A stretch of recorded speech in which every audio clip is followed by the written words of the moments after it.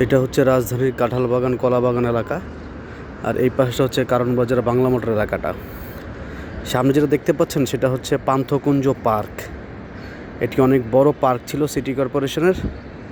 এলাকাবাসী এখানে হাঁটাচলা করতো, ঘুরতো ফিরতো, বসে থাকতো, বাচ্চারা খেলাধুলা করতো। এই পার্কটা আওয়ামী লীগের সময় এই পার্কটাকে গাছ কেটে এটাকে প্রথমে ধ্বংস করা হয়। এই যে ময়লার যে ডাস্টবিন স্টেশন, সেই স্টেশন করা হয় প্রথমে। এই যে নীল যে টিনের শেডটা দেখছেন, এটা তৈরি করা হয়। সিটি কর্পোরেশনের মেয়র ছিল তাপস এই কাজটা করে প্রথমে। পার্কের একটা অংশ সে ময়লার ডাস্টবিন হিসেবে ব্যবহার করে।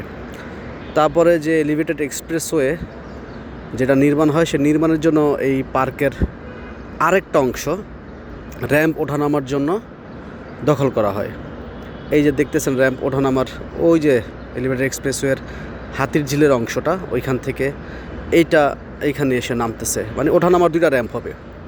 এখানে যে ঘটনাটা ঘটছে, যেটা বলতে ভিডিওটা করতেছি, সেটা হচ্ছে হাতির ঝিলে মনে আছে আপনাদের? হাতির ঝিলের বিজিএমই ভবন ছিল একটা, যেটা আওয়ামী লীগের সময় অবৈধ লেক হাতির ঝিল দখল করে তৈরির নামে, পানি প্রবাহ রক্ষার নামে সেই ভবনটা ঠিক এই জায়গাটায় ছিল, সোনারগাঁয়ের পাশেই এই জায়গাটা সেই ভবনটা ছিল, দেখে সেটা ভেঙে ফেলা হয়েছে।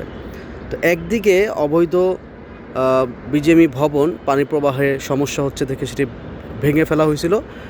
তারই পাশে আবার এই পাশটা দেখেন, এই পাশটা আবার ভরাট করা হয়েছে। এই যে এই পাশটা, মানে এই পাশটা ভেঙে ভবন, এই পাশটা আবার ভরাট করা হয়েছে এলিভেটেড এক্সপ্রেসওয়ের ওঠানামার র্যাম্প নির্মাণের জন্য। আওয়ামী লীগের উন্নয়নগুলো মূলত ছিল এরকমই, মানে লোক দেখানো উন্নয়ন। একদিকে বিজেপি ভবন ভাঙা হয়েছে, আরেকদিকে লেক দখল করে মাটি ভরাট করে সেখানে এলিভেটেড এক্সপ্রেসওয়ের ওঠানামার র্যাম্প তৈরি করা হয়েছে।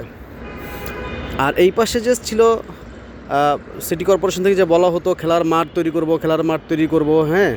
আর এখানে যে একটা মাঠ ছিল, সে মাঠটা সিটি কর্পোরেশনের মাঠ, তারা এটা এলিভেটেড এক্সপ্রেসওয়েকে দিয়ে দিছে।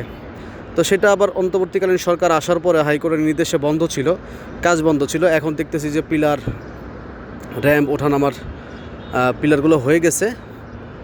তো দেখেন একটা সরকার কীভাবে জনগণের সাথে ধোঁকা দেয়, জনগণের সাথে যে তারা লুকোচুরি খেলে। আওয়ামী লীগের সরকার না থাকলে হয়তো বোঝা যেত না।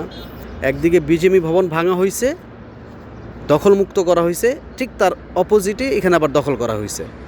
আচ্ছা, তারা পার্ক নির্মাণ করবে, খেলার মাঠ নির্মাণ করবে বলে যে একটা পার্ক ছিল, একটা খেলার মাঠ ছিল, সেটাকে আবার দেখেন গাছগুলো কেটে এইখানে পুরো পার্কটা অর্ধেক করে, এক পাশে ময়লার স্টেশন আর এক পাশে এলিভেটেড এক্সপ্রেসওয়ে। তার মানে পার্কটা অর্ধেক হয়ে গেছে, মাঠটা অর্ধেক হয়ে গেছে।